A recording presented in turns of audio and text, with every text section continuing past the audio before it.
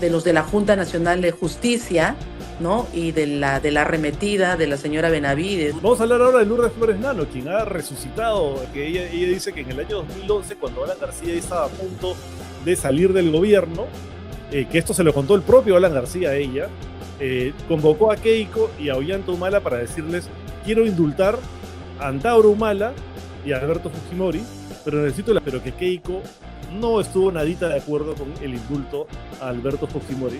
Recordemos que esto es del año 2011. Que a favor de Roberto Sánchez obviamente no está. Y Lourdes Flores no sé con qué intención lo ha lanzado. Si sigue siendo su buena amiga Keiko Fujimori, si le quiere hacer un favor, porque parece que la muestra, ¿no? O no. Lo concreto es que Keiko, igual que Roberto Sánchez, se ha puesto... Keiko saca 17, Roberto Sánchez saca 12, sumados es 29.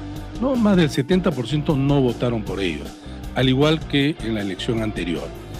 Este es el caso de los dos que pasan a segunda vuelta con respaldos más bajos en toda América Latina, en todas las segundas vueltas. Quien atiende principalmente los casos de minería ilegal en Madre de Dios es el quinto despacho del Ministerio Público, es decir, una fiscalía especializada en materia ambiental. Tiene 3 fiscales. Tenemos pues más de 2.600, 2.800 personas ilegales solo en este espacio de La Pampa y la Reserva Tambopata, para 3 fiscales. Y ciertamente Marisol ha hecho pública una posición personal que nosotros respetamos, pero tuvimos un proceso de consulta interna con todas las bases del partido a nivel nacional. Manifestaron su disposición a trabajar un acuerdo político conjuntos por el Perú en la lógica de frenar el fujimorismo en esta segunda vuelta. Trump aquí se está refiriendo a la respuesta iraní a su propuesta para un acuerdo de paz. Dice que es estúpida la respuesta iraní, pero que no terminó de leerla. Y hasta donde yo recuerdo es una propuesta de una página. ¿Cómo llegar a esa gente que les tiene miedo? Porque eso es a lo que donde tiene que llegar. A ver. Y ya ha dicho Roberto Sánchez que no va a haber una hoja de ruta. Que él, eso de firmar hojas de ruta, pues que no. Bueno, a mí me encanta eso. Y le voy a decir por qué. Sí, le encanta. Sí. Mire, a mí me encanta lo siguiente. Bueno, porque a veces es no que cumple su palabra, Roberto Sánchez. No. No. Es por la lectura que tenemos de país. O sea, la única en el Perú, Delia Espinosa. Así es del señor Balcázar, que está demorando y ojalá siga pensándolo bien, porque incluso él cometería infracción a la Constitución si es que aprueba esa ley. Así se promulgue, yo no la voy a respetar porque no se puede permitir el abuso del derecho. ONG dependiente de IDL, o más o menos relacionada. Están en toda la Amazonía. Ellos son los que finalmente, según información que tengo, que lo vamos a confirmar cuando nos den el padrón, son los que hacen el llenado por nuestros hermanos amazónicos. No de fraude sin ninguna prueba, porque dice: cuando tengamos el padrón, dice el doctor Daniel Parodi, cuando tengamos el padrón lo vamos a poder probar. Pero yo digo que AIDESEP también es parte del fraude. Y AIDESEP como parte del IDL, ¿no? Ese gran cerebro. Van acumulando así tesis fraudistas, ¿no? Pero esto primero de responsabilizar sin pruebas, pues dice: después lo vamos a demostrar cuando tengamos el padrón. Tomás Gálvez, ahora como fiscal de la Nación, decidió archivar todas las investigaciones preliminares contra Patricia Benavides, contra 13 congresistas, contra Vladimir Cerrón, el prófugo líder de Perú Libre, y contra un exmiembro de la Junta Nacional de Justicia. La Procuradora General de la República puede apelar esto para que se siga investigando. Y si apelase por la Procuraduría, pasaría, digamos, a manos de Zoraida Ábalos, y ultra enemiga de Patricia Benavides. Es más, la que culpó de su inhabilitación, pues ahora son muy amiguis. El niño costero que tanto daño nos hizo ocurrió en 5 semanas. O sea, se calentó mucho breve, el mar, sí. Comenzó a llover, inundó, destrozó todo, se enfrió el mar y listo. Nada más ocurrió 5 semanas. Esto va a durar meses. Va a durar 2 años el fenómeno del niño. Ya empieza, o sea, en el futuro, cuando volvamos a conversar de aquí unos... Hola. Hola, ¿cómo están? Buenas noches a todos, estimados amigos. Clara, ¿cómo estás? Muy bien, Daniel. ¿Tú qué tal? Esta noche ya friecita, ¿no? Sí, acá veo que están todos abrigados. Bueno, pero tú como eres Calentano siempre así, nunca te sientes frío ya. No, Bueno, y encima con aire acondicionado. Si estuviera nunca, sí. estaría pidiendo, apaguen el aire acondicionado. Pero bueno, Así, vamos. al aire, ella va al aire diciendo, me bajan el aire, por favor. Sí, Bueno, sí. muy bien. A ver, saludas a nuestros epicéntricos. Vamos a ver con quién empezó, quién llegó primero. A ver, Mariano, quién es el primero de la lista, el primero de la clase. A ver, vamos subiendo, a ver si empezamos. Es que a mí Seguramente se me Víctor. desordenan. Seguro que Víctor. A ver, vamos que no lo vemos bien. Psycho, veo a Psycho Vamos a ahí. empezar esta vez de manera desordenada porque no veo los primeros. No, yo los tengo aquí, a ver. Ángela Ramírez, Víctor Gazzani, Psycho también. Américo Antón es el primero y luego Minelíbero. Y ahí sí, Eduardo tranquilo. Daniel. Segundo, Aristides Goicochea. Nila Paulina Rías Placier. Sobeida, Claudia Soto, Ángela Ramírez, Víctor Gazzani, ahí está. Víctor Gazzani, que nos manda estrellitas, Psycho, Claudia Soto, el gran Mike. Oye, el gran Mike no estaba hace tiempo. Yo no lo veía hace tiempo. Sí, también. Sí, celebro tu regreso, gran Mike.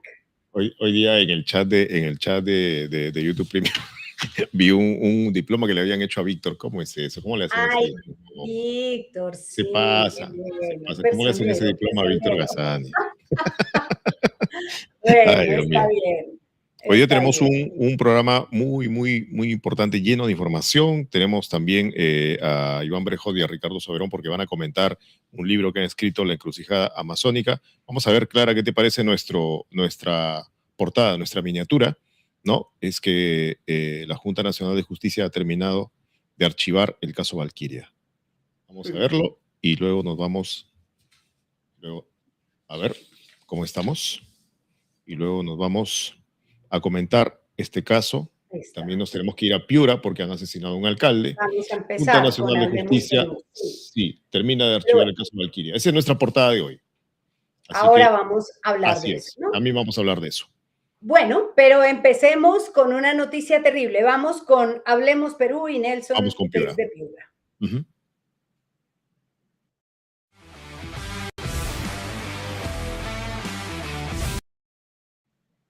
Bueno, pues tenemos que dar una muy mala noticia porque hoy ocurrió el asesinato de un alcalde, el alcalde de 26 de octubre. Ya está con nosotros Nelson Peña Herrera. Hola, Nelson. ¿Qué tal, Nelson, bienvenido. ¿Cómo estás? Clara Elvira, Daniel, ¿cómo están? Muy buenas noches. Hola, Nelson. Cuéntanos qué pasó con Víctor Hugo Febre. Víctor Hugo Febre era el alcalde distrital de 26 de octubre, uno de los 4 distritos que conforman Piura Metropolitana, y esta tarde él, después de salir de su oficina en la Municipalidad Distrital de 26 de octubre, según lo que cuenta medios locales, fue a la casa de su mamá. Eso está ubicado en un sector cerca de un sitio llamado El Condado. Desde allí, una vez que salió de ese lugar, empezaron a seguirlo, lo empezó a seguir una persona en motocicleta y le empezó a disparar. El chofer, que además hacía labores de seguridad, logró tratar de esquivar al motociclista, pero este le dio alcance y finalmente hubo 6 ráfagas o 6 disparos. 5 de ellos impactaron contra el alcalde, murió instantáneamente, y otro contra el propio chofer. El chofer logró llegar hasta un punto llamado San Sebastián, donde hay un centro de salud, y trató de salvarle la vida al alcalde. Desgraciadamente, el alcalde ya fue certificada su muerte en este lugar, y allí se tuvo que dejar el cadáver hasta más o menos las 3:30 de la tarde, 4 de la tarde, en que llegó la fiscal de turno para hacer el levantamiento del cadáver. Para ponernos en contexto, este asesinato ocurrió luego de las 2 de la tarde de hoy jueves. Entonces, básicamente lo que ha pasado es que hasta que se esperó que llegara la Fiscalía de la Nación, pues se reunió gente, hubo reclamos contra la policía, se pidió seguridad y básicamente ahorita hay consternación en el distrito de 26 de octubre, que además es uno de los más populosos de todo Piura Metropolitana. ¿Qué se sabe de los asesinos? De momento, la Policía Nacional nos está notificando a esta hora que están investigando en dispuestos sus equipos de criminalidad o de criminalística para empezar a investigar qué ha pasado. De momento no se tienen pistas, no hay indicios, no hay una línea de investigación. Por ahora sí se tiene ubicada la motocicleta que ha sido utilizada en el asalto, justo la vamos a mostrar. Y adicionalmente la policía nos acaba de informar hace unos minutos que de acuerdo a la información que tienen sus sistemas, este vehículo presenta una denuncia por hurto. Entonces, de momento eso es lo que se sabe, pero fuera de eso, quiénes han sido, por qué lo han hecho, es todavía un misterio y repito, la policía está investigando, ha comenzado a investigar a esta hora. Qué trágico lo que ocurre en el país, de verdad. Sí, Esto es de ahora Jaén, de Maritza Ramírez desde Jaén, que nos ha enviado pues la confirmación de que la policía ubicó la motocicleta usada en el crimen, pero lo que hay que hacer es encontrar a los asesinos, a los autores materiales y, por supuesto, a los intelectuales del asesinato del alcalde de 26 de octubre. Bueno, Nelson, pues seguimos atentos. Lamentable lo que ocurre y pues le expresamos nuestras condolencias a la familia del alcalde. Solamente decir que la realidad de Daniel de que este es el segundo intento o el segundo acto delincuencial contra un alcalde. En marzo había sido tratado de victimar el alcalde de Suyo, un distrito de la provincia de Ayabaca. Lo persiguieron, dispararon, pero no lograron asesinarlo. Sí lo hirieron, pero fuera de eso salió de peligro, corrió bien. Pero desgraciadamente hoy día sí tuvimos que dar una mala noticia, no solamente para Piura, sino también para todo el país, compañeros. A plena luz del día. A plena luz del día. Gracias, Nelson. Gracias, Nelson. Un abrazo. A ustedes, cuídense mucho. Ahora que venía, Clara estaba conversando con un abogado que me decía, bueno, es que ahí en 26 de octubre hay guerra entre dos bandas por cupos. Bueno, y por obras que está precisamente ejecutando la municipalidad, esa municipalidad. Problema. Bueno, qué tragedia. Esto fue Hablemos Perú.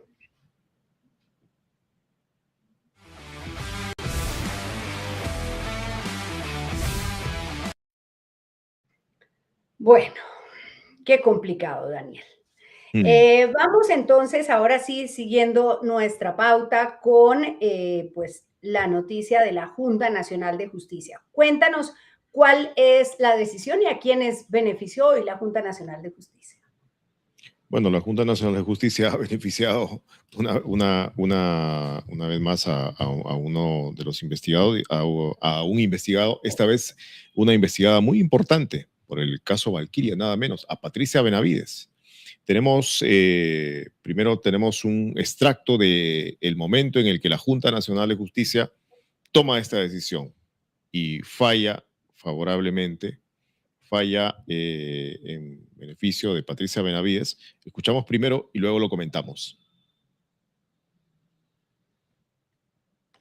No sé si lo tenemos. No tenemos el byte. Tenemos las imágenes de la... No. Perfecto. Entonces, tenemos las imágenes del pleno Sí, ok. Entonces, es una sanción que es un proceso, ¿no? Que todos se imaginaban que iba a derivar en sanción, porque esto era el caso Valquiria. El caso Valquiria en la Junta Nacional de Justicia, no en la Fiscalía, lo que también archivó la semana pasada Tomás Gálvez, sino en la Junta Nacional de Justicia. En este caso se investigaba a Patricia Benavides y a Juan Antonio Fernández Gerí, perdón. Entonces, quedó liberada Patricia Benavides del caso Valquiria por presunta criminalidad organizada. En la Fiscalía, ahora queda liberada de este caso en la Junta Nacional de Justicia, nada menos. La pregunta es, ¿y entonces en qué va a quedar ese caso? ¿En qué van a quedar las colaboraciones eficaces que ya han sido reconocidas a nivel judicial, ¿no? Nada menos, por el caso Valquiria? ¿En qué van a quedar? Pues están sin piso. Así de simple. Este caso está muriendo. Ha venido muriendo lentamente y ahora está así. Tal cual, ¿no? ¿Qué era lo que Juan Antonio Fernández Gerí.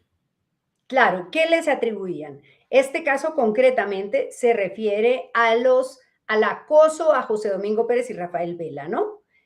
Valquiria, en el caso Valquiria, Jaime Villanueva dijo que la congresista Marta Moyano le envió con él un mensaje a Patricia Benavides para que sacaran a José Domingo Pérez del caso Cócteles y a Rafael Vela, ¿no? Que les habían hecho mucho daño a Fuerza Popular, y luego ella dio una entrevista en la que admitió que sí, que ella pidió que lo cambiaran, pero que lo hizo a través de Villanueva, con lo cual confirmó la versión de Villanueva. Para el fiscal de la Nación, eso no es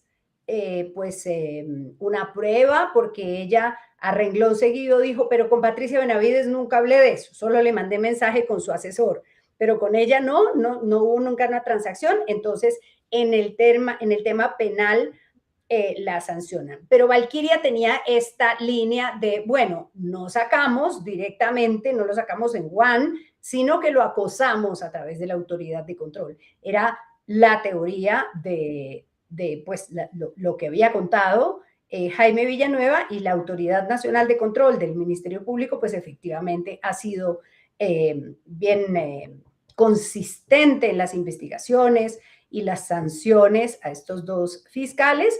Pero bueno, la Junta Nacional de Justicia, no vi los argumentos, pero ha decidido que eso no amerita una sanción.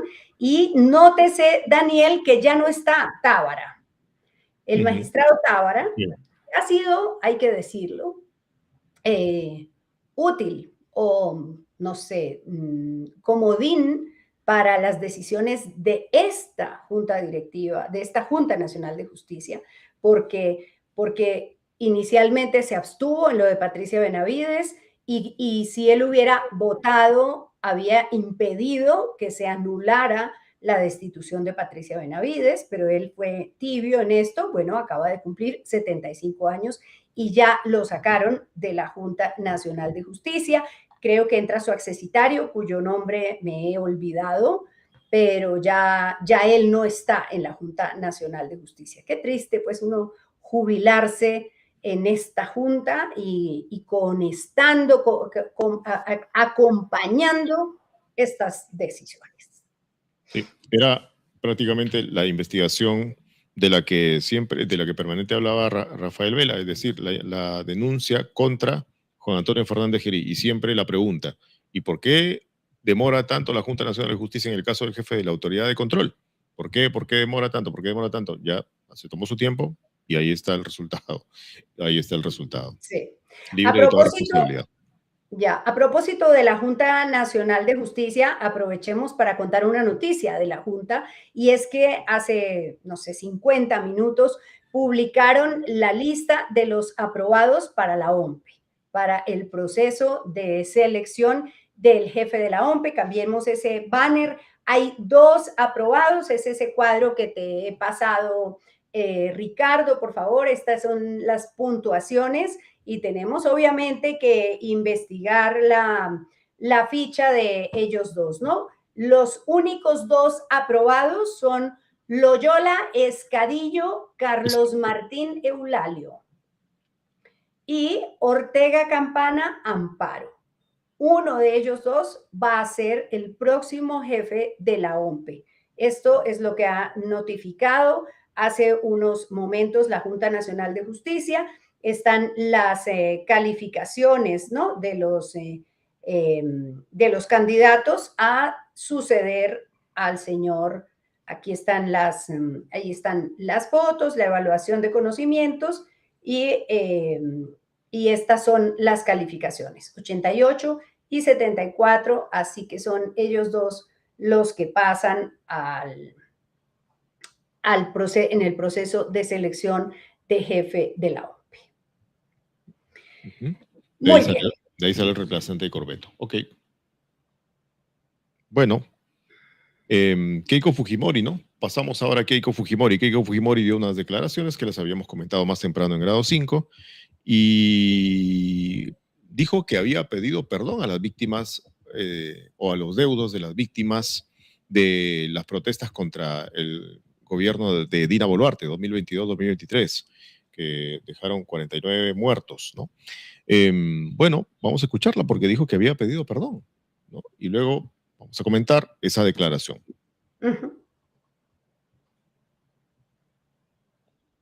Estamos en una semana aparentemente de reconciliaciones. Usted se ha reunido con el señor Pedro Pablo Kuczynski, pero hay una deuda también con los peruanos del sur. Los deudos de las víctimas de las marchas contra el gobierno de Dina Boluarte, que culpan al Congreso, donde también está Fuerza Popular, por sostener un gobierno, sea constitucional o no. ¿Cuál va a ser su gesto como candidata y como futura presidenta con los deudos del sur del país, señora? Cuando he estado en Puno, hace algunos meses atrás, desde mi primera visita, lo que hice es pedir perdón.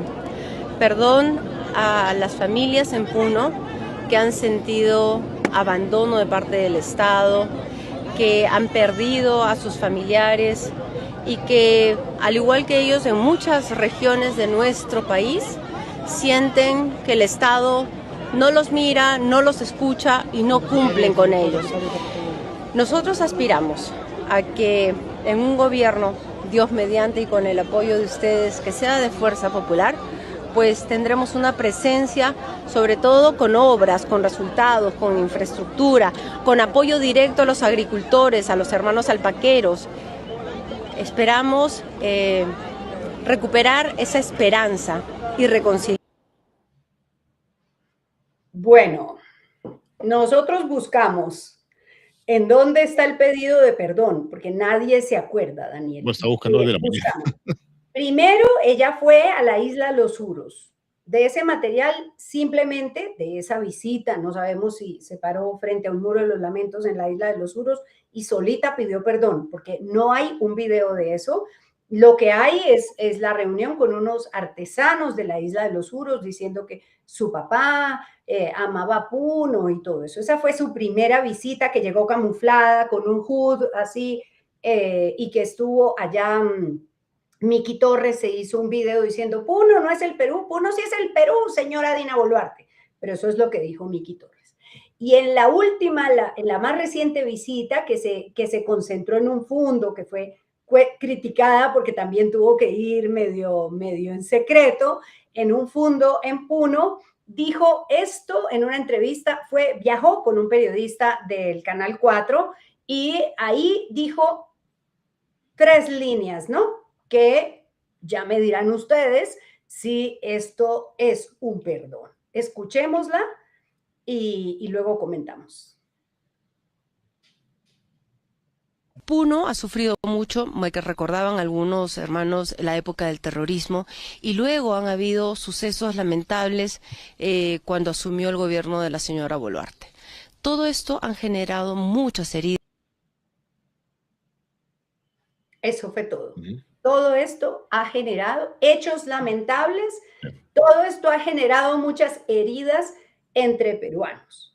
O sea, sentarse y decirle a Pedro Pablo Kuczynski, oye, tú y yo hemos sido víctimas del mismo fiscal, no es pedir perdón. Y luego decir hechos lamentables que han generado dolor en familias peruanas, pues yo creo que no es perdón, pero no sé qué opinas. Por lo menos no hay registro, ¿no? A lo mejor ella ha pedido, no sé, si es que esto ocurrió, tiene que haber algún registro. Además, hay 2 cosas, ¿no? Les hemos preguntado a nuestros compañeros, Kevin Moncada y Gleiser Flores, corresponsales nuestros en Puno, y no recuerdan archivo alguno. Ellos han consultado también con sus propias fuentes y nos han dicho, no, ya lo hubiéramos sabido, esto hubiera sido portada aquí en Puno. Pero además hemos llamado al señor Raúl Samillán Clara, el presidente de la Asociación de Familiares de los Deudos, justamente, de esas protestas, y el señor Samillán nos ha dicho, de ninguna manera, esto no es así. Y es más, me autorizó a decir que van a estar los familiares aquí en Lima, Clara, el 29 y el 30 de este mes, y van a hacer una marcha. ¿Y por qué la marcha? Le preguntamos al señor Samillán. Bueno, la marcha contra los políticos que permitieron todo esto, entre ellos la señora Keiko Fujimori. Bueno. Que blindaron a Dina Boluarte, que le dieron su respaldo cuando en el peor momento, ¿no? Y es verdad que Keiko Fujimori, ella, como lideresa del partido, estuvo de acuerdo con el adelanto de elecciones, pero su partido no, en el Congreso no. Entonces, esa escopeta de 2 cañones, ¿no? Es ella, vámonos todos, adelantemos elecciones, y los congresistas, mejor no, mejor nos quedamos y blindamos a Dina y nos protegemos entre todos. Bueno, ese es el pedido de perdón. Yo no. Pero además es un pedido de perdón raro. Perdón por eso. Sí, claro. Sí, es un pedido de perdón raro, decía, porque mientras ella dice eso, el señor Rospigliosi está diciendo otra cosa. El señor Rospigliosi bien sigue diciendo que lo que hizo Dina Boluarte, que lo que ordenó Dina Boluarte, que lo que hicieron los policías, los militares, está bien, está muy bien. Vamos a escucharlo un cachito y regresamos. Vamos a escucharlo rápidamente. Dina fue asesina, como dicen algunas frases en las paredes. No, para nada, absurdo, eso es absurdo, no. Dina hizo lo que tenía que hacer y además ella no tiene ninguna responsabilidad personal, ni tampoco los policías. Dicho sea de paso, yo ya presenté una ley ante la bancada de Fuerza Popular que ya ha sido aceptada por la bancada y va a ser presentada hoy día, mañana, la siguiente semana, una ley que exime de responsabilidad a los policías y militares que hagan uso de sus armas en circunstancias como las que ocurrieron en diciembre de 2022, etcétera. Y esta ley sí vale retroactivamente porque cuando la ley beneficia de manera benigna a policías o militares o a cualquier persona, sí tiene efectos retroactivos, no cuando lo hace de manera, llamémoslo así, maligna. Por eso la ley de lesa humanidad es también vigente, pero esta ley, este proyecto de ley que yo he presentado también va a eximir de responsabilidad a más de 1.500 policías y militares que están involucrados en procesos de la Fiscalía por los sucesos de diciembre de 2022. Ahí está. ¿No? Entonces piden perdón y dicen que está buenísimo lo que hizo Dina. Y que por eso ha presentado ese proyecto de ley para los policías y los militares. Entonces, ¿en qué quedamos? O sea, ¿cuál es la coherencia? ¿No? Finalmente, ¿no? Así es, Daniel. Bueno, ella también dijo que no, se va a reconciliar haciendo obras, reconciliación con cemento. Pero bueno, como estamos volando, tenemos que hablar del candidato Sánchez. El candidato Roberto Sánchez ha empezado una nueva gira castillista en Caraballo. Por allá está Katy, ahora nos va a mandar más material, pero grabó esta imagen que vale la pena verla. Hermanas y hermanos, líderes, lideresas, hombres y mujeres, juventudes, a Perú profundo. ¿Vieron qué es ese casco, no? Sí. Confemín. Ahí está. Confemín, que es esta federación que pide la prórroga permanente del Reinfo, y pues es coherente con lo que ha sido Juntos por el Perú y la minería ilegal. Esta mañana, en grado 5, el doctor César Ipenza estuvo con Daniel Llanuska, una entrevista que no se pueden perder. Si no vieron el programa, vuélvanlo, búsquenlo en nuestro canal porque estuvo muy bueno. Y el doctor Ipenza habló concretamente de Juntos por el Perú. Él dice, los dos candidatos, Fuerza Popular y Juntos por el Perú, han sido complacientes con la minería ilegal, ¿no? Han aprobado leyes pro crimen, han aprobado leyes que benefician a la minería y habló concretamente de algunas iniciativas que presentó el propio Roberto Sánchez. Si vamos propiamente a la actividad minera, todos estos dos partidos han aprobado las ampliaciones del proceso de formalización, concretamente del Reinfo, ¿no? Que vence en diciembre próximo, pero ya vamos a ver que la excusa va a ser no tenemos ley MAPE y ampliémoslas otro año más o quizás algunos años más, ¿no? Pero en el caso de Juntos por el Perú, el congresista aún Sánchez fue coautor de una propuesta para quitarle la posibilidad a la policía de incautar explosivos. Recuerden que en el 2023 hubo una protesta en el centro de Lima, donde fueron bien recibidos por el hoy ex candidato López Aliaga en el centro de Lima, ¿no? Y los mineros protestaban porque el Ejecutivo había emitido el decreto legislativo 1607. Ese decreto legislativo tenía una disposición que le permitía a la Policía Nacional del Perú incautar explosivos a mineros que tienen reinfo suspendido. Un minero con reinfo suspendido en principio no puede operar, entonces no tendría por qué tener explosivos si no puede operar. Usaron esa excusa y allí uno de los principales actores fue Roberto Sánchez de Juntos por el Perú, que impulsó una iniciativa y miren, ni siquiera había dictamen en la Comisión de Energía y Minas. Fue una aprobación express, obviamente respaldada por el congresista Bellido, por el congresista Muñante y por el congresista Salguana. Yo aún tengo en mente cómo ellos casi movían a los mineros para... Clarísimo. Sí, estamos en términos de lucha contra la minería entre el cáncer y el SIDA, ¿no? Sí, por eso es que además le preguntábamos por los temas, ¿no? Por los temas de debate al doctor César Ipenza, tanto el debate técnico como el presidencial, y ninguno de los temas, en su opinión, tocaba a fondo el problema de las economías criminales, ilegales y criminales, y la minería ilegal es una de ellas, lamentablemente. Y bueno, también va, y en esa misma línea, Clara, ya están con nosotros Iván Brejot y Ricardo Soberón. Aquí están ya conmigo. Ellos son autores de un libro que acaban de terminar, que van a publicar, que se llama La Encrucijada Amazónica.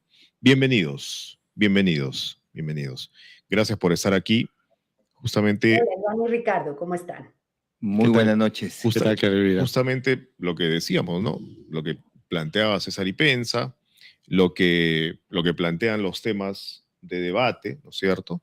Entonces, antes de entrar al punto, a los temas que ustedes abordan en el libro, ¿qué opinan ustedes también? La misma pregunta que le hicimos más temprano al doctor César Ipenza. ¿Qué opinan ustedes de los temas que el Jurado Nacional de Elecciones ha oficializado como los puntos principales de debate? ¿Van a abordar el problema de la minería ilegal, del narcotráfico y en general de las economías criminales ilegales? ¿O no? ¿O no el formato o la temática no lo permite una vez más? No, van a estar completamente ausentes del conocimiento, el debate y la discusión para alimentar un voto informado. Lamentablemente, esa omisión más la performance histórica de ambas agrupaciones políticas nos deja mucho más dudas y por eso el informe que estamos... 3 organizaciones, ProPurús, Amazon Watch y el Instituto del Bien Común, hemos creído conveniente poner este documento que es como un salvavidas, con mucha modestia lo decimos, para que los peruanos y peruanas nos demos cuenta de lo que nos estamos jugando si no hacemos nada en los primeros 100 días del gobierno. Sí, efectivamente lo que creo es que ya la Amazonía ha estado fuera de la discusión en toda la primera vuelta.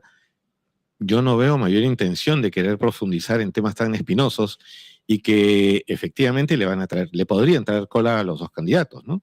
Tenemos todas las leyes pro crimen y la debacle que se ha dado en los temas ambientales, en los temas de criminalidad en el país, de los cuales ambas agrupaciones políticas han tenido algún nivel de participación.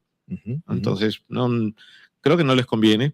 Ojalá que lo hagan, yo ahí sí, ojalá, pero creo que no va a pasar. O sea, la ausencia de este tema es favorable para ambos, dicen ustedes. Es probable que sí, porque, o sea, si van a ver, si empiezan a tocar, por ejemplo, los temas de minería ilegal, va a salir Reinfo y van a empezar a preguntar, ¿quiénes fueron los que votaron a favor de la extensión del Reinfo y por las leyes pro crimen? Y después van a decir, bueno, ¿y quién está detrás apoyando? ¿Dónde está el voto duro de tal o cual candidato? Y van a aparecer cosas que ya son obvias a estas alturas del partido. Entonces, difícil, ¿no? Mira, una de las cosas que señala este informe es algo que por ahí se ha venido soslayando, pero que en el informe se presenta con data dura.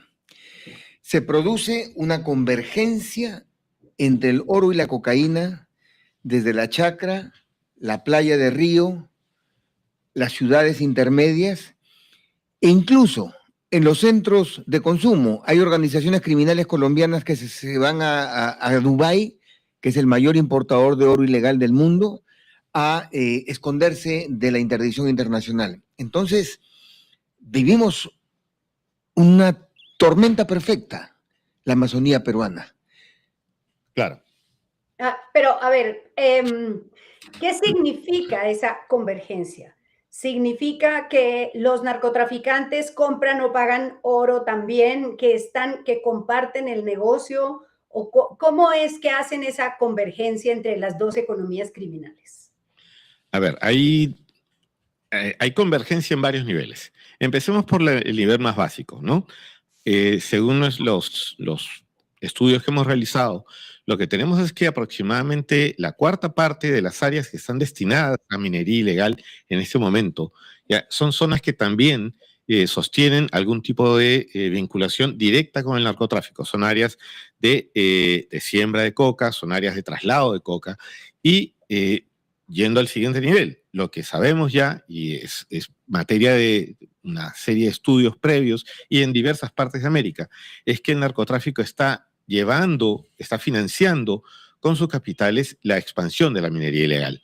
Y aquí lo que tenemos es que ocurre una cuestión que es bastante conveniente para este tipo de economías. El oro es muchísimo más fácil de transportar, no es tan perseguido como es la cocaína. Uno puede moverse de un país a otro con oro, uno puede entrar a Estados Unidos con oro, ¿no? Sin acreditar su origen, ¿ya? Cosa que no puedes hacer con la cocaína o derivados. Entonces hay un traslado rápido de capitales del narcotráfico que se lavan, que financian, lavan y movilizan capitales, además de que en este momento, cuando menos, es muchísimo más rentable trabajar en oro ilegal que trabajar en cocaína, a pesar de las disparidades del mercado y las estabilidades que Ricardo conoce mucho mejor. Hay un elemento adicional que es de carácter normativo, política pública. Fíjate, en el caso del narcotráfico, el 10% de la actividad es legal. Digamos, tú no vas a la cárcel por cultivar coca, pero el 90% sí es ilegal y vas a la cárcel. Vas al oro y es completamente a la inversa. El único punto ilegal es el punto de la extracción, pero apenas tú la roca la conviertes en pepita de oro, ya es legal. Claro, ya ni las plantas las persiguen, ¿no? Hay un decreto legislativo que acaba de salir que está incorporando las plantas, pero todavía no está siendo implementado y veremos si el próximo gobierno lo hace. Las plantas en donde se procesa el oro sí, exactamente. Así es. Claro, que es lo de siempre, ¿no? O sea, la política, y eso vamos a conversarlo seguramente, es atacar al productor, es atacar al eslabón más pequeño de la cadena, que es las interdicciones, que lamentablemente no están funcionando, claro, que es la erradicación, que tampoco está funcionando, pero los peces medianos y grandes son los que pasan tranquilos, son los que no están siendo presionados adecuadamente. Había un tema que aquí en Epicentro, Clara, durante toda la campaña, aquí cuando estábamos en el Estudio de la República, reiterábamos a todos los candidatos que desfilaban, ¿no? Y que proponían, y digamos era una suerte de test nuestro, ¿no? Para ver si realmente conocían a fondo el tema de inseguridad.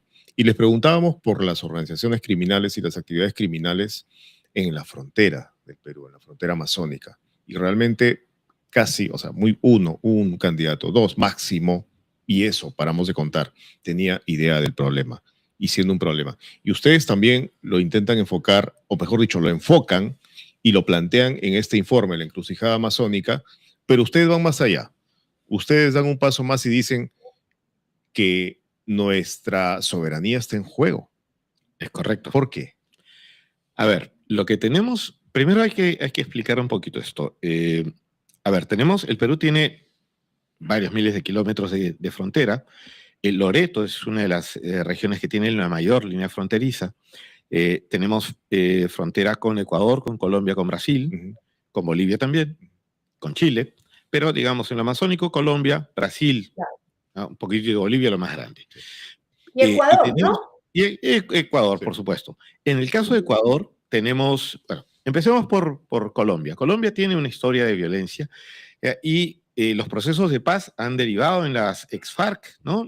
Estos grupos armados que están ahora derivados casi en la mayoría, las disidencias, ¿no? Los grupos armados residuales, organizados residuales, como le llaman ahora.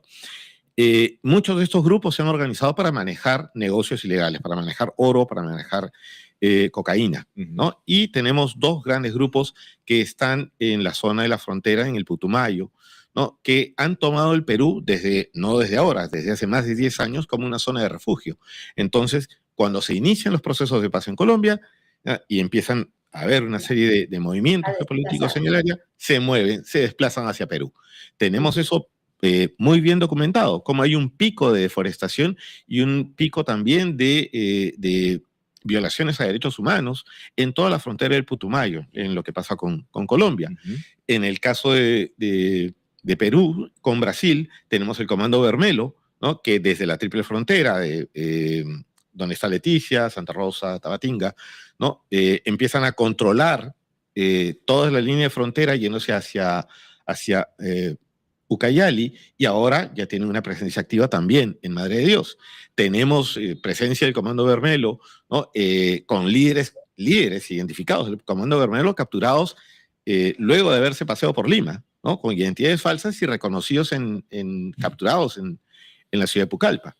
Escaramuzas entre las Fuerzas Armadas, las fuerzas policiales, en plena línea de frontera, en el Abujao, donde hay minería y narcotráfico. Los choneros, los lobos, están en Amazonas, están en Loreto, y también, mientras se endurecen las políticas represivas en Ecuador, en Colombia, en Brasil, y no hay una actividad, no hay una defensa real del territorio nacional, estas organizaciones empiezan a tomar Perú como una base, como un área de expansión, como una base, ¿ya? Y como una zona de refugio. Vienen, descansan, la pasan aquí. Y tenemos zonas como el Nanay, por ejemplo, y eso es a 3 horas de la ciudad de Iquitos, la ciudad más importante del Perú, en la Amazonía, en donde los comandos de la frontera han hecho un predio propio, donde la Marina no puede entrar, donde la policía no puede entrar, en donde operativos han encontrado armamento, uniformes, ¿ya? de estas organizaciones criminales en medio de nuestro territorio, en donde ya el Estado ha perdido total soberanía. Pasa lo mismo en el Putumayo y otras zonas del país, ¿no? Ahora, hay un elemento adicional, aparte de lo que ocurre en el territorio, es observar las políticas públicas. Y desde antes del 2016, o sea, antes de la crisis política, toda la infraestructura de política pública en materia ambiental, en materia agrícola, en materia minera, se ha venido dejando vacía, desmantelando. Las capacidades de fiscalización de OEFA, CERFOR, OSINFOR, OSINERMIN, se han venido debilitando como consecuencia, 1, de buscar aumentar las inversiones públicas, 2, la inversión en seguridad nacional ha estado dirigida a la Marina de Guerra, la compra de los aviones caza, y para la Amazonía, para el manejo de la 5ª región naval, para el manejo de las regiones policiales, no hay nada. Están completamente vacías. Y como conversábamos con Iván antes de la entrevista, son como si fueran soldados estatuas de plomo que no se mueven. Y solo observan lo que ocurre en la estación naval del Estrecho. Eso. ¿Por qué? Porque hay un militar de la Marina y ve una lancha pasar, seguramente con droga o sospechosa de llevar droga, y no puede hacer nada. ¿Por qué? Porque ni siquiera tienen botes. O sea, yo he estado recorriendo varios de los principales ríos de Loreto y una realidad que te golpea en la cara es que tienes policía, tienes fiscalías, tienes gente de las Fuerzas Armadas que no tiene botes y que si tiene un bote, el bote se cae a pedazos, ¿no? O no tienen combustible o no tienen la orden de poder salir. O sea, eso se da y tú lo ves, tú no puedes tener a la Capitanía de Puertos, ¿no? Que es la encargada de ver justamente el tráfico fluvial y de atender este tipo de temas, ¿no? Que, o sea, tienes a 2 oficiales en un puerto, ¿no? Donde no tienen un bote para poder salir a cumplir su misión. O sea, ellos tienen que esperar a que las embarcaciones acoderen para recién poder hacer una inspección y por encima.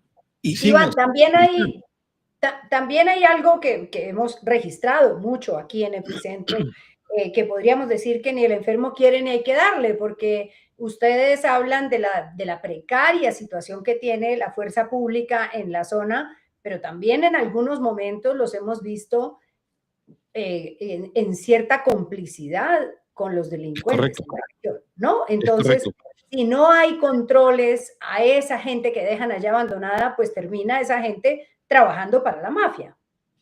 Bueno, es correcto, y eso es una cuestión que inclusive aquí hemos denunciado en Epicentro varias veces, ¿no?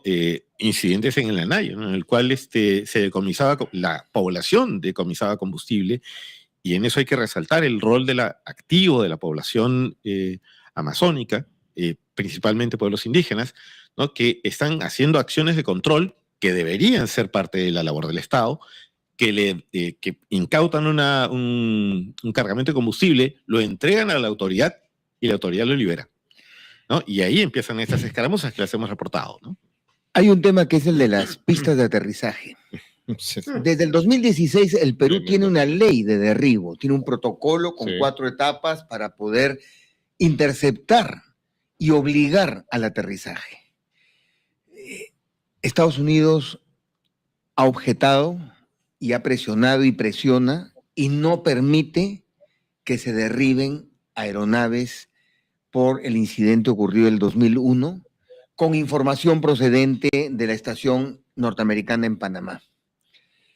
Cuando estaba en Debida a mí me llegaba información sobre las centenas de pistas de aterrizaje con coordenadas. Yo digo, ¿por qué en un acto soberano de control del espacio aéreo, la Fuerza Aérea Peruana no derriba avionetas que salen de Ucayali con destino al Corredor Sur, a Santa Cruz de la Sierra, en Bolivia? Es una buena pregunta. ¿Por qué no lo hace? Es una pregunta que yo le hice hace 10 años, antes de que tú fueras, o por esa época, a un jefe del Comando Conjunto, y no me supo responder. ¿Por qué? Ellos dicen que no tienen la orden. Bueno, hay que dar la orden. Hay ley y hay un marco jurídico. Cuando yo levanté la voz... Dices que sí se puede. Claro que se puede. Cuando yo le levanté la voz en Debida, el canciller en su momento me pidió que esos temas los manejaba Cancillería con la Embajada Americana. Así que aquí hay mucho pan que rebanar en lo que implica la interdicción aérea. Bolivia intercepta. Brasil intercepta, Colombia intercepta, Venezuela intercepta. Con sus propios aeronaves. Sí. Acá solo podemos capturar avionetas en tierra. Es decir, estacionadas. La única avioneta que hemos interceptado el año pasado es en tierra. En tierra porque le estaban arreglando. Le estaban haciendo mantenimiento. Sí, se entregaron. Claro. Algo así. Y sin droga. No, en serio. Sin droga. Ya la droga ya la habían trasladado. O sea, eso es lo que pasa por lo general. O sea, a ver, hay aproximadamente 300 pistas de aterrizaje clandestinas, ¿no? Sin contar las que están en plena línea de frontera. Algunas de las zonas que tienen mayor control, mayor presencia militar, las zonas de frontera, específicamente la triple frontera, Perú, Colombia, Brasil, es una zona que tiene, si mal no recuerdo, 6 pistas de aterrizaje clandestinas, ¿no? Que pueden, o sea, que están mapeadas, que están reportadas, que no es que sean inaccesibles, porque incluso hay bases militares muy cercanas, sin embargo, se han mantenido activas durante años, ¿no? Y cuando uno preguntaba, oye, ¿han visto avionetas? ¿Ha habido un movimiento?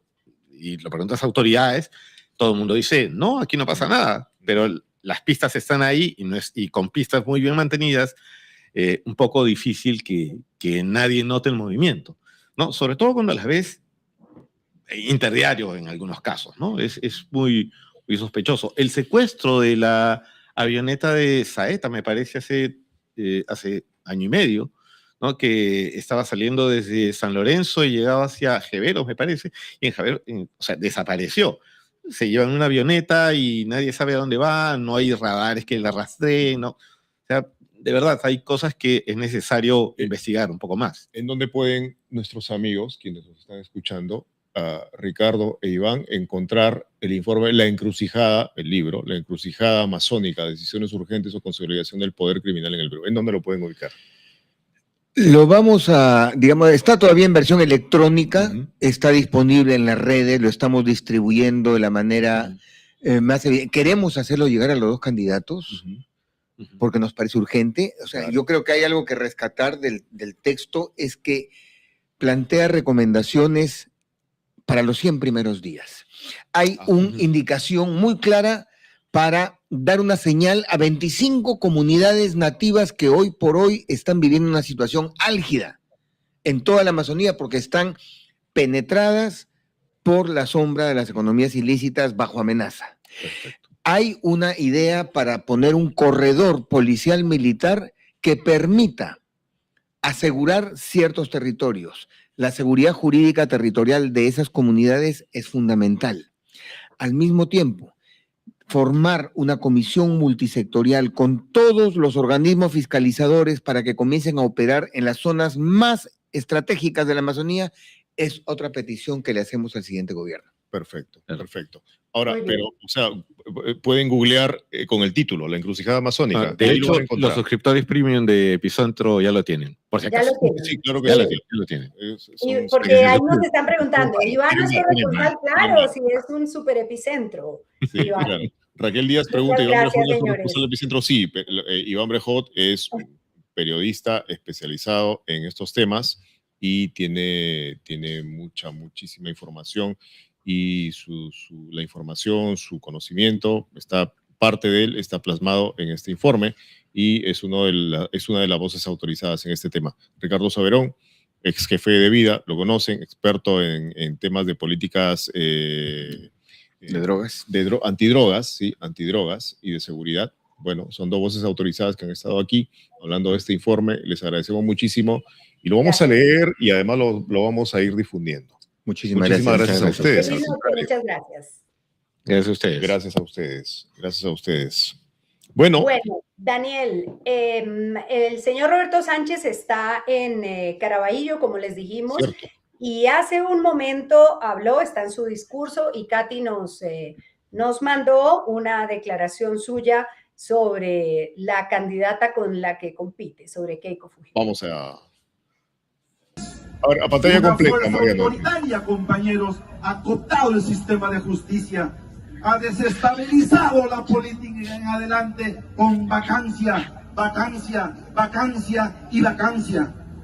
Esa fuerza política que hoy dice que es del orden, en realidad es del caos, del desorden, del golpe político, del cooptamiento del sistema de justicia, y son los responsables de las leyes procrímenes que hoy está azotando nuestro pueblo. Este pueblo hoy aquí presente sabe que liderar la lucha política para recuperar la democracia es nuestra visión, compañeros. Una visión que no puede fallar la hoja de ruta de nuestro pueblo para erradicar la pobreza, para convertir a la educación, a la salud en derechos fundamentales. La pobreza ha aumentado, compañeros, hasta 9 millones de peruanos. Y eso no puede ser. Los peruanos excluidos sí pueden verse afectados su derecho a la justicia.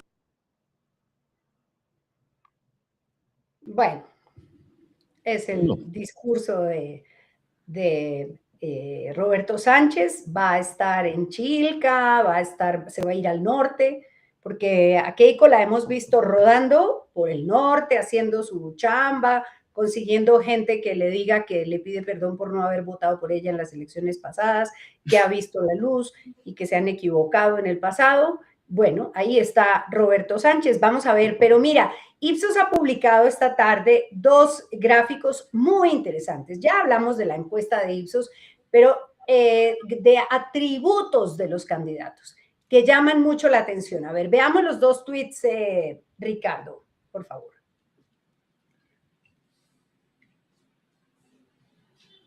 Un escenario hipotético. ¿En quién confiaría más las llaves de su casa? Si tuviera una emergencia familiar y necesitara que alguien cuidara de su casa y sus pertenencias por una semana, ¿a cuál de los candidatos o candidata le confiaría las llaves? ¿No? A Keiko Fujimori, 21%. A Roberto, 25, perdón. A Roberto Sánchez, 21. A ninguno, 52%.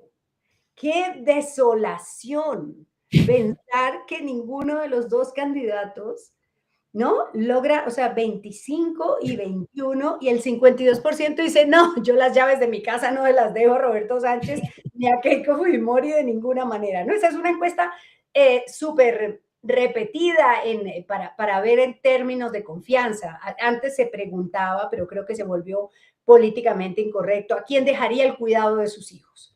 Pero eso ha cambiado a las llaves de su casa. Igual pienso, Clara, que son números generosos. ¿Ah? ¿Tú a quién se las dejarías? No, imagínate, no. Tú eres del 52. Sí, sí. Yo también. Sí. Creo que queda corto el 52. Bueno, veamos el otro. Percepción de qué candidato es mejor para cada acción. Uy, a ver. Mejorar las medidas para reactivar la economía, ¿no? Dar mejores medidas para reactivar. Keiko 43, Roberto Sánchez 27. Tener la capacidad para convocar a los mejores técnicos. Keiko 41, Roberto Sánchez 27. Tomar medidas más eficaces para reducir la pobreza. Keiko 40, Roberto Sánchez 28. Mejorar la eficacia de los servicios públicos que brinda el Estado. Keiko 39, Roberto Sánchez 30. Tomar medidas eficaces para combatir la delincuencia. Keiko 37, Roberto Sánchez 30. Entender mejor los problemas de la gente. Como uno, Keiko 34, Roberto Sánchez 35.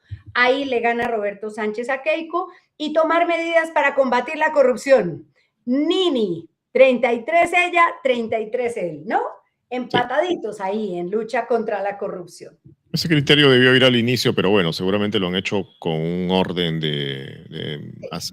descendente, ¿no? Claro, pero bueno. Sí, bueno. Pero el criterio del combate a la corrupción debió ir al inicio, simplemente es una opinión personal, pero ahí está la encuesta y creo que esto va a definir mucho. Este segundo cuadro sobre todo va a definir bastante, ¿no? Sí, muy bien. Vamos con hacer la diferencia y para cerrar tenemos una noticia de e-salud. A ver, vamos a hablar de educación. Vamos.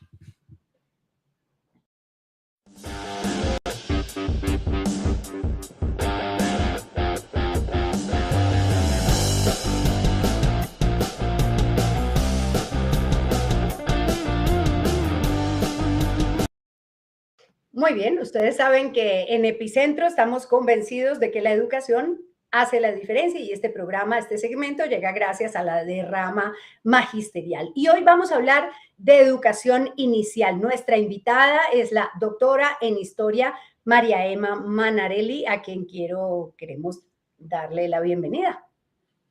Bienvenida. Oh, muchas gracias por invitarme. Muchas gracias por estar aquí. Y perdón, Daniel.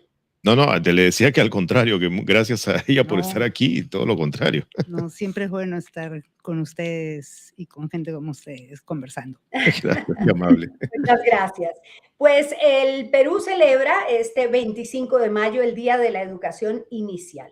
Esta fecha recuerda la importancia de una etapa que es decisiva. Ya vamos a ver, la doctora María Emma nos va a hablar de la importancia de esa etapa de la vida en los niños y las niñas. Se conmemoran 95 años de la educación inicial en el Perú, una modalidad en la que hoy hay 1.6 millones de niños y niñas, principalmente de 3 a 5 años. Esto es el registro del Ministerio de Educación y tiene, pues, por supuesto, decenas de miles de docentes con una particularidad, y ese es un elemento muy importante. La mayoría, el 95% de los docentes de la educación inicial son mujeres y eso hace una diferencia. Doctora María Emma, ¿qué implicó este inicio de la educación inicial en el Perú? Bueno, yo quiero hacer un mini homenaje, pero imprescindible, a Elvira García García. Ella fue protagonista del inicio de esta historia, una protagonista muy activa además, no solo porque fundó el primer jardín de la infancia, como se le llamaba, en 1902, sino porque como historiadora, porque también lo era, además de ser pedagoga, escribió un libro que fue La historia de los jardines de la infancia en el Perú y lo publicó en 1939. Y lo subrayo porque nadie le dio bola, ¿no? la historiografía, normalmente escrita por hombres, ignoró este aporte, este relato que recogía las experiencias de las mujeres, ¿no? Las inversiones de las pedagogas en el cuidado y en la educación de los infantes, de niños y de niñas, ¿no? Y en verdad, la historia de la infancia es algo muy nuevo y ella fue una precursora, ¿no? Realmente se adelantó y de una manera muy rica, y cualquier trabajo que intente entender este proceso muy especial, con vaivenes, idas y venidas, no puede prescindir, ¿no? de este trabajo de ella.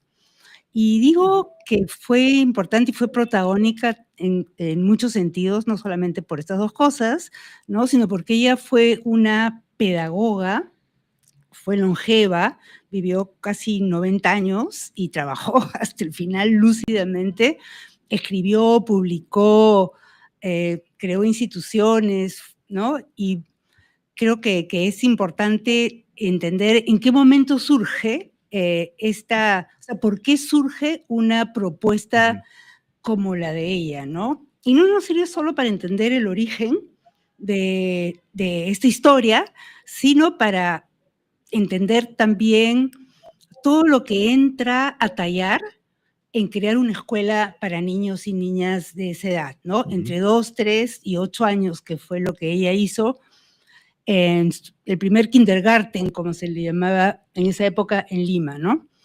Y es que ocurrían muchas cosas. Había una gran discusión y una gran preocupación sobre la mortalidad infantil en esa época, a principios de siglo. Y morían muchísimos niños y niñas y las causas eran diversas. Y era un momento en el que médicos y mujeres vanguardistas, feministas, educadoras, pedagogas, que empezaban también a entrar a la universidad, un pequeño grupo, pero intervenían en el debate público, llamaban la atención sobre esta preocupación, ¿no? Sobre todo porque se pensaba, después de la guerra con Chile y la época de la reconstrucción, porque se pensaba que un país despoblado era un país pobre, ¿no? Que la riqueza de un país, su fortaleza, su capacidad para responder, para embarcarse en la rueda del progreso, muy vigente en esa época, esa utopía, digamos, era necesario tener un país poblado. Y se sentía que el Perú era un país despoblado, que no tenía gente, que no habían trabajadores, por eso también toda la cuestión de promover la migración, toda esta cuestión anti-China, ¿no? Pro-europea, mejorar la raza, etcétera, ¿no? Que surge en esos años. Que surge en esos años, fines del 19, principios del 20, cuando el Perú se está recuperando, ¿no? De la derrota con Chile, de la mutilación, de la depresión, del decaimiento, etcétera. Entonces, los médicos empiezan a desplazar también a los miembros de la iglesia en lo que es las propuestas para entender la sociedad, identificar los problemas, para proponer posibilidades de superarlos, etcétera, ¿no? Entonces los médicos están empezando, no habían estadísticas, no había una capacidad del Estado para medir realmente cuánta gente nacía, cuánta gente moría y cuánta gente se casaba, cuántos niños nacían, en fin, pero los médicos tenían como espacios para observar, ¿no?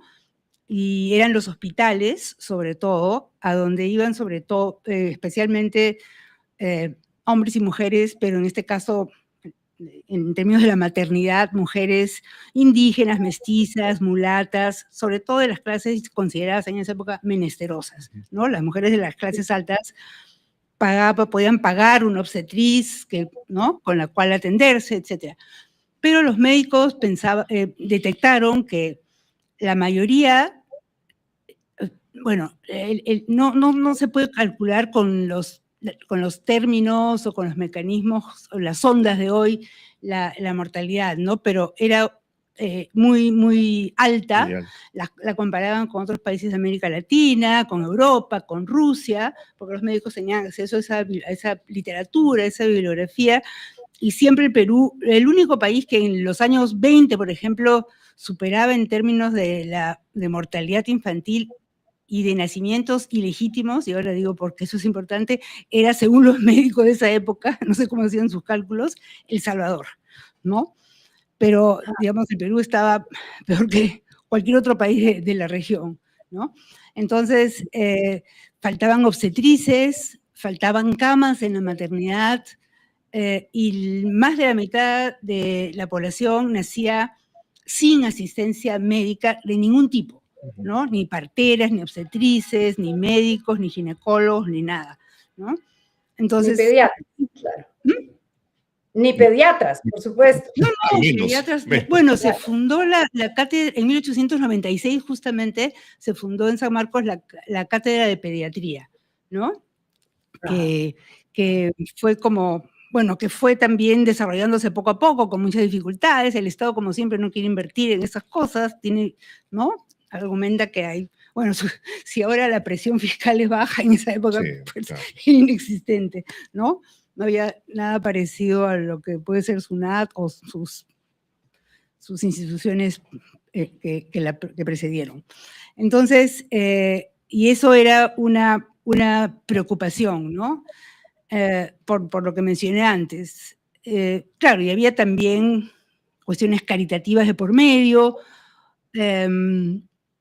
Juan Alarco de Damer había fundado en 1896, justo por la época en que se crea también la cátedra de pediatría, la Sociedad Auxiliadora de la Infancia, ¿no? Y luego las cunas maternales, los médicos proponían las gotas de leche, etcétera, ¿no? Y bueno, había un analfabetismo sumamente alto, y todas las prescripciones, según los médicos, también pasaban por acceso a la palabra escrita, ¿no? Que poca gente tenía, ¿no? Entonces, había ahí como un embotellamiento, un cuello de botella insuperable, ¿no?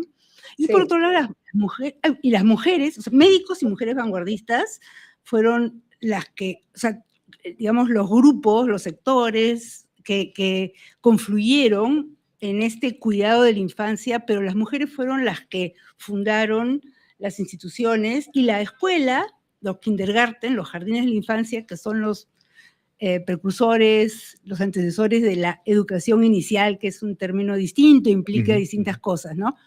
Pero algo que estuvo en el medio también de las propuestas vanguardistas, de las cuales eran parte Teresa González de Fanning, también con un alegato laico, anticlerical, ¿no? Criticando la educación en manos de las mujeres de las órdenes religiosas, etc. Entonces, este asunto, este binomio hogar y escuela, ¿no? Esta relación entre el hogar y la escuela estuvo en el centro del debate público. Es más, Elvira García fundó una revista que se llamaba El Hogar y la Escuela, que era parte del colegio que ella dirigía, el Liceo Fanning, que había sido creado por Teresa González de Fanning pocos días después de recoger el cadáver de su marido Juan Fanning en el reducto, acá, en la batalla de San Juan, Miraflores, ¿no? Esas mujeres... Ahora, pero estamos hablando de personalidad, de mujeres personalidades, ¿no? En el inicio de la educación inicial, antes jardines, ¿no? De infancia. Usted ha mencionado a Elvira García, a Juan Alarco de Damer, nada menos. O sea, son personalidades muy fuertes en la historia. Así es. ¿no? Mujeres que marcaron hito, ¿no? Así es. Y muy involucradas. Además, no solamente son... O sea, el inicio del jardín, a lo que voy es que el inicio del jardín de infancia y luego de la educación inicial tiene que ver con personas que en realidad son muy importantes y que son ejemplares, ¿no? Por eso con mujeres que son ejemplares. ¿no? Por eso es que son importantes, pero la historia tradicional también nos muestra como excepciones solitarias, ¿no? Pero lo que nosotros estamos tratando de hacer también es de ver cómo se agrupaban entre ellas, ¿no? Cómo fundaban asociaciones, cómo trabajaban juntas, ¿no? Para no, digamos, construir heroínas aisladas, solitarias, excepcionales, que opacan un conjunto de otras mujeres que estuvieron con ellas, ¿no? Además, los vínculos. Esther Festini también era parte, o sea, acompañaba a Elvira García García, ¿no? María Jesús Alvarado con Evolución Femenina acercaba, o sea, todas estas mujeres formaban parte de organizaciones feministas y femeninas de la época, ¿no? Y eso es lo que tratamos de hacer desde un enfoque de género, tan cuestionado hoy día y derrotado aparentemente por la ley, ¿no? Desde un enfoque de género, justamente, queremos mostrar que no eran mujeres aisladas, sino que eran colectivos, ¿no? Que se asociaban y justamente vamos evaluando cómo estas capacidades creativas, fundantes, eran también producto de ese conjunto de interdependencias que ellas iban creando, ¿no? Entonces, eso es lo interesante. Y bueno, empieza a aparecer también la noción, o sea, una crítica a la casa cortesana, a las mujeres frívolas, descuidadas, que se apoyaban en la servidumbre para criar a los hijos, fue también parte central de estas educadoras, ¿no? O sea, no era una crítica así muy, a veces también eran racistas, clasistas, ¿no? Que decían, no, las sirvientas que maltratan, que son ignorantes, pero el punto era sacarlas de la casa. Así como querían sacar al cura, querían sacar también la servidumbre, para que el papá y la mamá, padre y madre, se encargaran de la organización del mundo de los afectos, que era la casa. Es un ejemplo más claro de cómo la educación acompaña el tránsito político de un país, ¿no? Exacto. Totalmente. Mira, Eduardo Daniel recuerda que en 1921 las hermanas García inauguraron el kindergarten moderno en Iquitos, su ciudad natal, y que le pusieron un lema que me parece que es una preciosura, que además contesta a algo que es el lema de Chile, ¿no? También, que es todo por amor, nada por la fuerza, que es una preciosura. Y alguien, doctora María Emma, para ir cerrando, nos pregunta, ¿y qué había antes? No había nada, no había, los niños no había nada. llegaban ya más grandes a la educación formal, ¿no? Entraban mucho más grandes, se criaban muchas en la casa porque también había miedo, temor a la contaminación, al contacto con otros inferiores, de otro color, de otras costumbres. Entonces muchas mujeres estaban en la casa hasta que se casaban, otras eran entregadas a las congregaciones religiosas, que eran las que podían cuidar, proteger la honra, no solamente de las mujeres, sino de toda la familia, y que las mujeres ingresaran al mercado matrimonial lo más bien ranqueadas posibles, para, ¿no? Mercado matrimonial. Así le decimos los historiadores, los sociólogos, los antropólogos. O la feria matrimonial también hay otro término. Pero lo que quiero decir es que también no había una demanda de jardines de la infancia porque había mucha servidumbre doméstica. Claro. Entonces, ¿no? Y no había intención de que las niñas, en el caso de las mujeres, se entrenaran en algo diferente que no fueran las tareas relativas al matrimonio, ¿no? Y a la maternidad no tanto, ¿no? Porque siempre había alguien que las... Para ¿no? eso estaba la servidumbre. Claro. Para eso estaba la servidumbre. Entonces, esto que has mencionado, Clara Elvira, de lo que decían las hermanas Barcia, Bonifati y Iquitos, que después se encargaron de colegios en Lima, es muy importante porque la escuela, el jardín de la infancia, renunció al castigo físico, a la repetición, ¿no? a la memorización de ideas, y se volcó por completo al juego y al trabajo. El trabajo era muy denostado en esa época, ¿no? Los que trabajaban, los que no tenían un patriarca o una matriarca que los mantuviera, o, en fin, aquellos que habían perdido la gracia de alguna familia, ¿no? Y se habían empobrecido, y las mujeres que trabajaban, de las clases medias y altas, lo ocultaban, pero el trabajo y el juego fueron los pilares que Barcia Bonifati y también anteriormente Elvira García promovieron, ¿no? Y eso fue reconocer a los niños con sus derechos y como seres diferenciados del mundo familiar, en el mejor sentido, ¿no? No son una parte, no son un apéndice, sino tienen una identidad propia. Y la maternidad se convirtió en un hecho emocional, psicológico, ¿no? Había mucha observación del psiquismo, del comportamiento, ¿no? Y eso fue bien importante en la época. Y vaya todo lo que se ha logrado, ¿no? Vaya todo lo que se ha logrado. 1.600.000 niños y niñas en educación inicial entre 3 y 5 años. Uf, qué tal avance, tremendo. Bueno.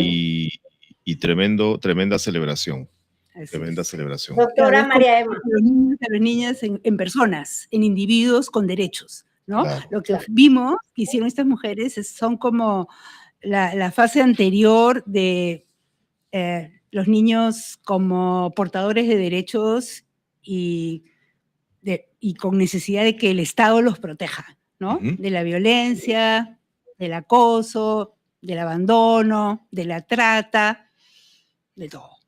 La doctora María Emma Manarelli es doctora en historia, es doctora en historia por la Universidad de Columbia, es becaria, Fulbright, en fin, universidades extranjeras.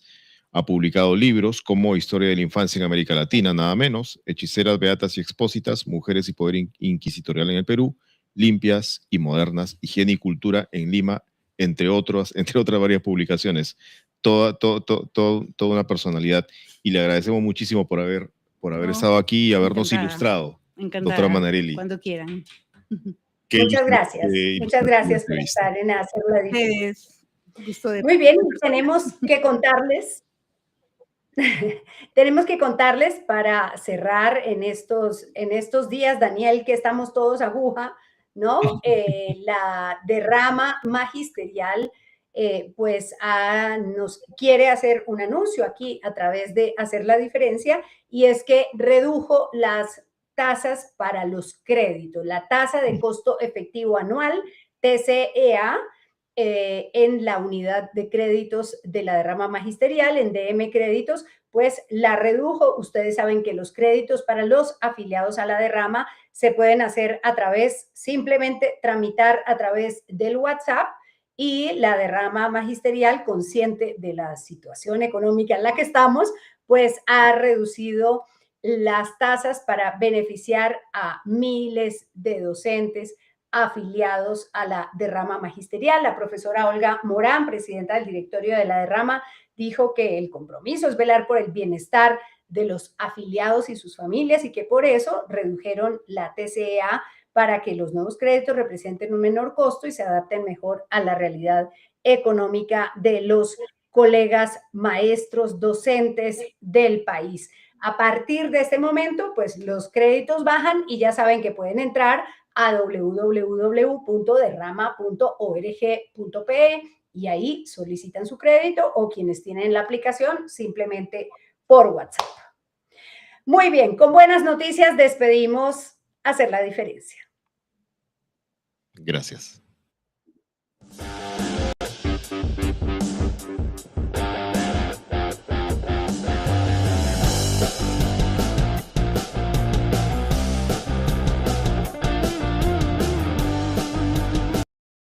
Bueno, nos alargamos un poquito, pero ya nos vamos, recordándoles que tenemos un YAPE que es 955-101-558, 955-101-558.